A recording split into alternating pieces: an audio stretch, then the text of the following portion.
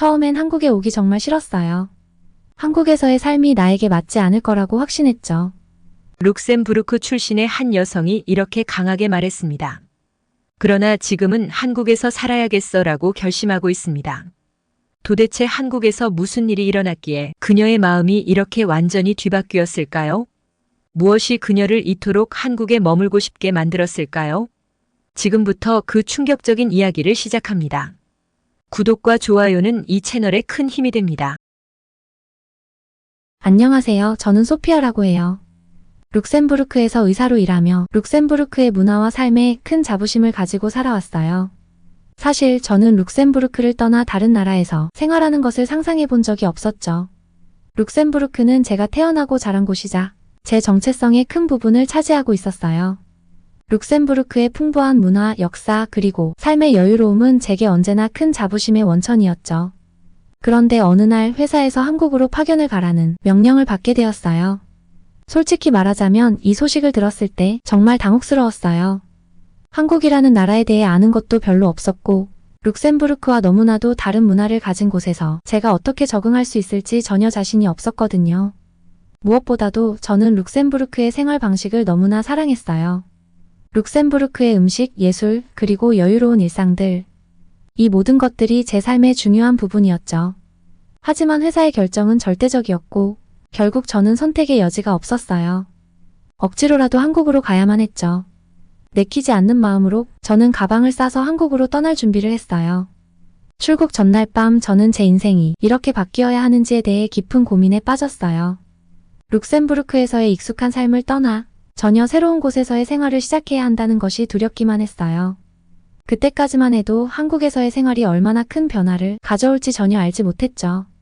한국이 과연 어떤 나라일지, 그리고 그곳에서의 삶이 어떤 모습을 하고 있을지 상상조차 할 수 없었어요. 한국에 도착한 첫날, 저는 정말 큰 충격을 받았어요. 모든 것이 너무나도 달랐고 그 차이점들이 저를 당황하게 만들었죠. 한국의 공항에 발을 디디자마자 저는 그곳의 현대적이고 첨단 기술로 무장된 환경에 놀라지 않을 수 없었어요. 모든 것이 효율적으로 그리고 빠르게 움직이고 있었죠. 룩셈부르크에서는 느긋하고 여유로운 절차가 일반적이지만 한국에서는 모든 것이 순간적으로 이루어졌어요. 이 첫 경험만으로도 이곳이 얼마나 다른지 실감할 수 있었죠. 가장 먼저 놀랐던 것은 한국의 IT 인프라였어요. 스마트폰 하나로 거의 모든 것이 해결되는 것을 보고 정말 큰 충격을 받았어요. 공항에서부터 교통수단, 그리고 호텔 체크인까지 모든 절차가 모바일로 간단히 처리되었죠. 룩셈부르크에서도 기술이 발전했지만 한국에서 경험한 속도와 편리함은 그야말로 차원이 달랐어요. 이곳에서는 삶의 모든 부분이 디지털화되어 있었고 이는 제가 상상도 하지 못했던 수준이었어요. 서울 시내로 이동하는 동안 저는 또 한 번 놀랐어요. 도시의 풍경은 그야말로 미래 도시를 연상케 했고 높은 고층 빌딩들과 거리를 수놓은 디지털 광고판들이 룩셈부르크의 조용하고 고즈넉한 도시와는 완전히 다른 세계처럼 느껴졌어요. 또한 도로 위를 질주하는 자동차와 바삐 움직이는 사람들, 그리고 그 속도감은 저를 압도했죠. 그리고 한국 사람들의 문화적 결속력도 큰 충격이었어요. 개인주의가 강한 룩셈부르크와 달리 한국에서는 사람들 간의 유대감이 매우 강했죠. 가족, 친구, 동료들 간의 관계가 매우 긴밀하고 서로를 돕고 배려하는 모습이 너무나 자연스러웠어요. 이런 강한 공동체 의식은 룩셈부르크에서 느끼기 어려운 부분이었고 저에게는 새로운 경험이었죠. 이 모든 것들이 저를 놀라게 했고 한편으로는 한국이 룩셈부르크보다 몇 세대 앞서 나가고 있다는 생각에 소름이 끼쳤어요. 제가 자부심을 느꼈던 많은 것들이 한국에서는 전혀 다르게 적용된다는 사실에 당황하기도 했죠. 한국에서의 첫 경험들은 저에게 큰 충격을 주었고 앞으로 이곳에서 어떤 생활을 하게 될지 기대와 두려움이 뒤섞인 복잡한 감정을 느끼게 했어요. 한국에서의 첫날 충격을 뒤로하고 저는 새로운 환경에 적응하기 위해 한국 문화를 조금씩 체험해보기로 했어요. 룩셈부르크와 너무나 다른 이곳에서 어떻게 생활해야 할지 걱정이 많았지만 호기심을 가지고 한국의 일상 속으로 발을 들여놓기로 마음먹었죠. 먼저 저는 한국의 택배 시스템을 경험하게 되었어요. 한국에서는 온라인으로 물건을 주문하면 대부분의 경우 그 다음 날이면 택배가 집으로 도착했죠. 이 속도는 정말 믿기지 않을 정도로 빨랐어요. 룩셈부르크에서는 택배를 받기까지 며칠이 걸리는 경우가 흔한데 한국에서는 그야말로 총알 배송이라는 말이 실감날 정도였어요. 또한 택배 기사님들이 아침부터 밤까지 고객이 원하는 시간에 맞춰 정확하게 물건을 전달해주는 모습은 정말 인상적이었어요. 배송이 완료되었다는 확인 메시지까지 받으면서 한국의 택배 시스템이 얼마나 효율적이고 세심한지를 실감할 수 있었죠. 이 놀라운 속도와 서비스는 제 일상을 훨씬 더 편리하게 만들어 주었고 한국의 생활에서 큰 감동을 준 부분 중 하나였어요. 또한 한국의 음식 문화는 저에게 새로운 미각의 세계를 열어주었어요. 룩셈부르크에서는 식사를 여유롭게 즐기며 풍미를 느끼는 것이 중요한 반면 한국에서는 음식의 다양성과 건강에 큰 가치를 두는 것이 인상적이었어요. 한국의 음식은 단순히 맛있을 뿐만 아니라 다양한 재료와 조리법을 통해 건강까지 고려한 것이 많았어요. 비빔밥, 김치, 불고기 등은 룩셈부르크인의 입맛을 사로잡기에 충분했죠. 특히 여러 반찬이 함께 나오는 식사 방식은 제가 전혀 경험해보지 못한 것이었어요. 다양한 맛을 한꺼번에 즐길 수 있다는 점에서 한국 음식은 정말 매력적이었죠. 무엇보다도 한국 음식은 단순한 맛의 즐거움을 넘어서 건강까지 고려한 균형 잡힌 식단이라는 점이 저를 더욱 감동시켰어요.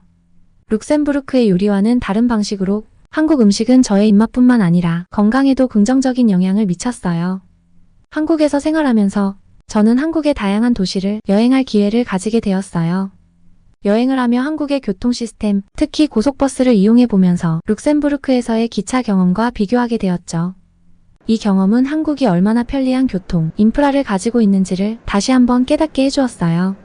먼저 한국의 고속버스를 이용했을 때 저는 그 편리함과 체계적인 서비스에 깊은 인상을 받았어요. 룩셈부르크에서는 주로 기차를 이용했는데 기차는 정해진 노선으로 이동하고 중간에 별다른 정차 없이 목적지로 가는 것이 일반적이에요.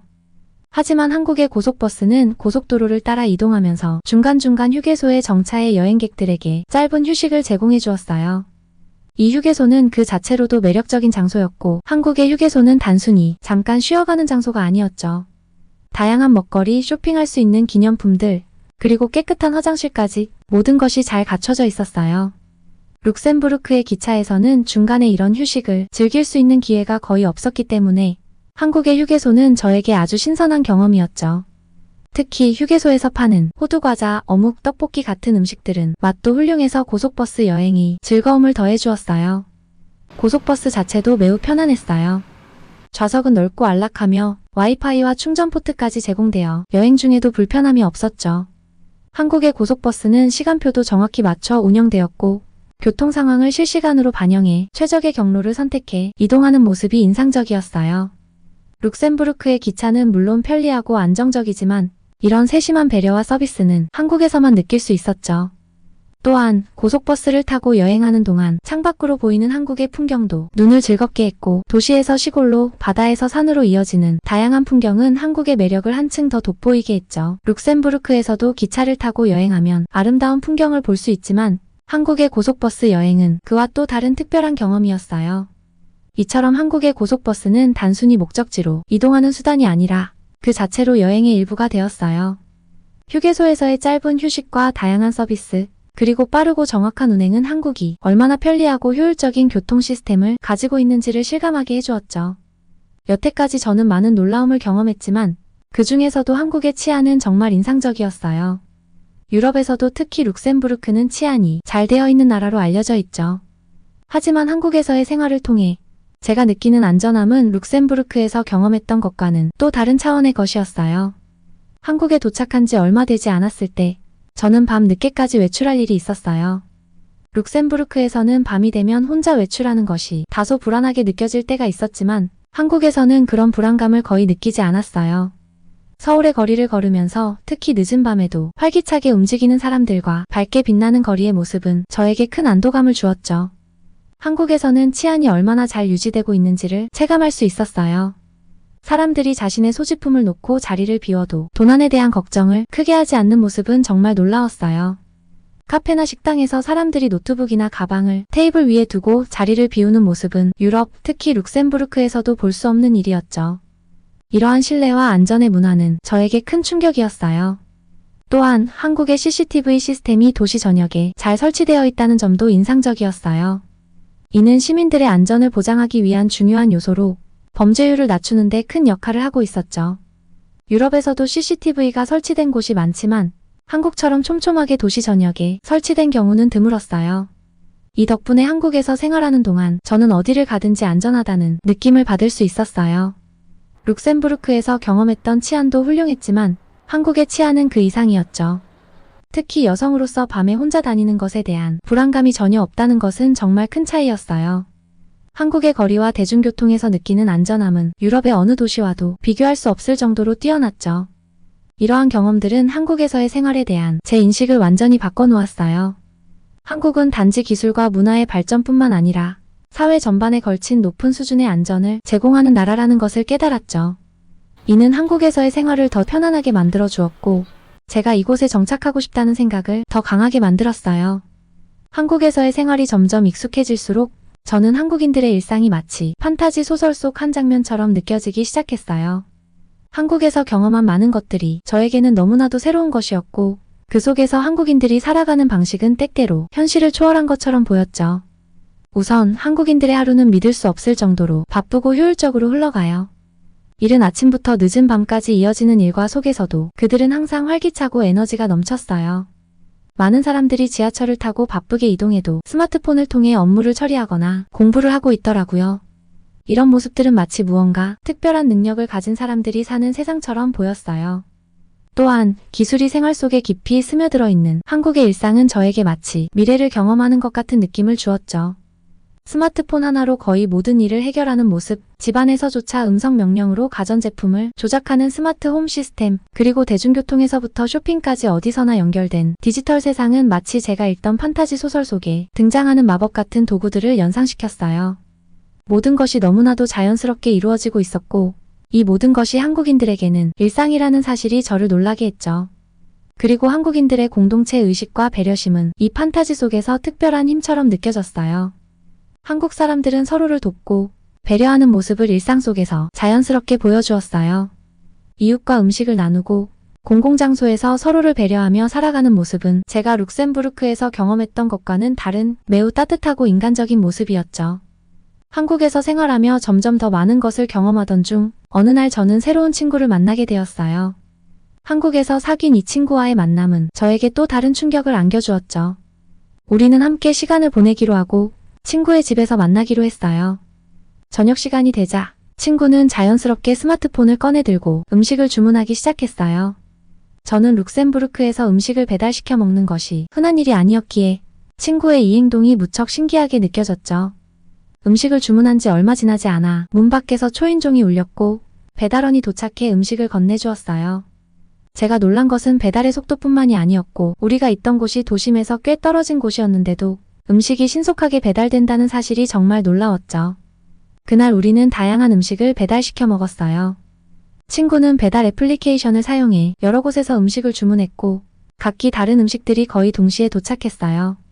이 신속한 배달 시스템은 저에게 큰 충격을 안겨주었죠. 룩셈부르크에서는 대부분의 경우 음식을 배달시킬 때 시간이 많이 걸리거나 제한된 지역에서만 가능했는데 한국에서는 어디에 있든지 음식을 쉽게 배달받을 수 있다는 사실이 정말 믿기지 않았습니다. 또한 한국의 배달 문화는 그 편리함이 극에 달해 있었죠. 이 경험을 통해 저는 한국이 얼마나 빠르고 효율적인 사회인지를 다시 한번 느낄 수 있었어요. 한국에서 친구와 함께 배달 음식을 먹은 후 저는 또 다른 놀라운 경험을 하게 되었어요.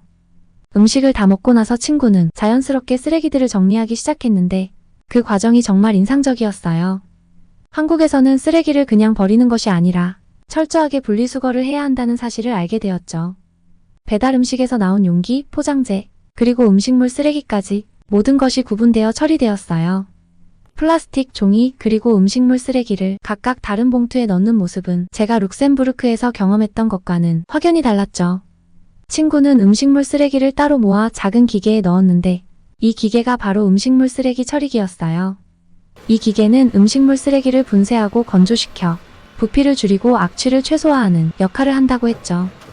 룩셈부르크에서는 음식물 쓰레기를 일반 쓰레기와 함께 처리하는 경우가 많았기 때문에 이렇게 세심하게 처리하는 한국의 시스템이 정말 놀라웠어요. 이러한 과정을 보면서 한국이 얼마나 친환경적인 생활 방식을 중요하게 여기는지를 깨달을 수 있었습니다. 단순히 쓰레기를 버리는 것이 아니라 환경을 생각하며 철저하게 분리수거하고 음식물 쓰레기까지 효율적으로 처리하는 모습은 저에게 큰 감동을 주었어요. 한국인들에게는 이것이 일상적인 일이겠지만 저에게는 매우 혁신적이고 앞선 시스템처럼 보였죠. 또한 쓰레기 분리수거 장소가 매우 깔끔하게 유지되고 있다는 점도 인상적이었어요. 분리수거함이 정돈된 상태로 관리되고 있었고 사람들은 이를 철저히 지키고 있었어요. 이런 세심한 관리와 규율 덕분에 한국의 도시가 얼마나 깨끗하게 유지되고 있는지를 알 수 있었죠. 한국의 배달 문화가 편리한 만큼 그로 인한 쓰레기 문제를 이렇게 친환경적으로 해결하고 있다는 점이 정말 대단하다고 느꼈습니다. 한국에서의 생활이 점점 익숙해질수록 저는 한국이 단지 새로운 경험을 제공하는 곳이 아니라 제 삶의 중요한 변화를 가져다주는 곳이라는 것을 깨닫게 되었어요. 한국에서 경험한 많은 것들은 저의 보수적인 생각을 바꾸기에 충분했죠. 자국으로 돌아가면 다시 익숙한 삶으로 돌아가야 한다는 생각이 들었지만 그것이 이제는 그다지 매력적으로 느껴지지 않았습니다. 한국에서의 생활이 너무나도 만족스러웠고 이곳에서의 삶이 저에게 더 큰 의미를 주고 있다는 것을 깨닫게 되었죠. 이제는 한국에서의 생활이 저에게 자연스럽게 느껴졌고 이곳에서 더 오래 머물며 더 많은 것을 배우고 싶다는 생각이 점점 강해졌어요. 한국에서의 생활이 끝나갈 무렵 저는 이곳을 떠나야 한다는 사실이 너무나도 아쉽게 느껴졌습니다. 처음에는 단지 낯선 나라에서의 경험일 뿐이라고 생각했지만 한국은 그 이상이 되었죠. 한국을 떠나 룩셈부르크로 돌아갔지만 제 마음은 계속 한국에 머물러 있었어요. 그래서 결국 저는 다시 한국으로 돌아가기 위해 자진해서 파견 신청을 하게 되었습니다. 처음 한국에 올 때는 두려움과 불안감이 컸지만 이제는 그리움과 설렘이 가득했죠. 한국에서의 새로운 삶을 다시 시작하고 싶었고 이곳에서 더 많은 것을 배우고 경험하고 싶었어요. 한국으로 돌아온 후 저는 한국에서의 새로운 시작을 기대하며 생활을 이어갔습니다. 그러던 중 저는 운명처럼 한 한국 남자를 만나게 되었죠. 그의 따뜻한 마음과 배려심 그리고 저와의 공감대는 우리를 빠르게 가까워지게 만들었어요. 시간이 지나면서 우리는 서로의 인생을 함께하기로 결심했고 결국 행복한 가정을 꾸리게 되었습니다. 돌아보면 한국에서 그를 만난 것은 결코 우연이 아니었다고 생각해요.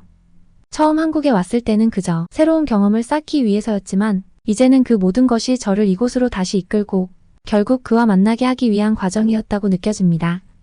한국에서의 삶은 이제 단순히 저 혼자만의 것이 아니었고 함께하는 가족과의 행복한 시간이 되었어요. 한국이라는 나라에서 우리는 사랑을 키워나가며 서로에게 더 큰 의미가 되어주었죠. 한국은 이제 제 두 번째 고향이 되었습니다. 다시 돌아온 한국에서 저는 사랑하는 사람을 만나 행복한 가정을 꾸리게 되었고 이곳에서의 새로운 삶이 저에게 더 큰 행복을 가져다주고 있습니다. 한국에서 그를 만난 것은 결코 우연이 아니었고 앞으로도 이곳에서 더 많은 꿈을 이루어 나아가고 싶어요. 많이 응원해주세요. 소피아의 사연 어떠셨나요? 소피아의 한국 생활이 행복하길 바랍니다. 사연이 마음에 드셨다면 구독과 좋아요 부탁드립니다. 구독과 좋아요는 영상 제작에 큰 힘이 됩니다. 끝까지 시청해 주셔서 감사합니다. 지금까지 감동이즘이었습니다.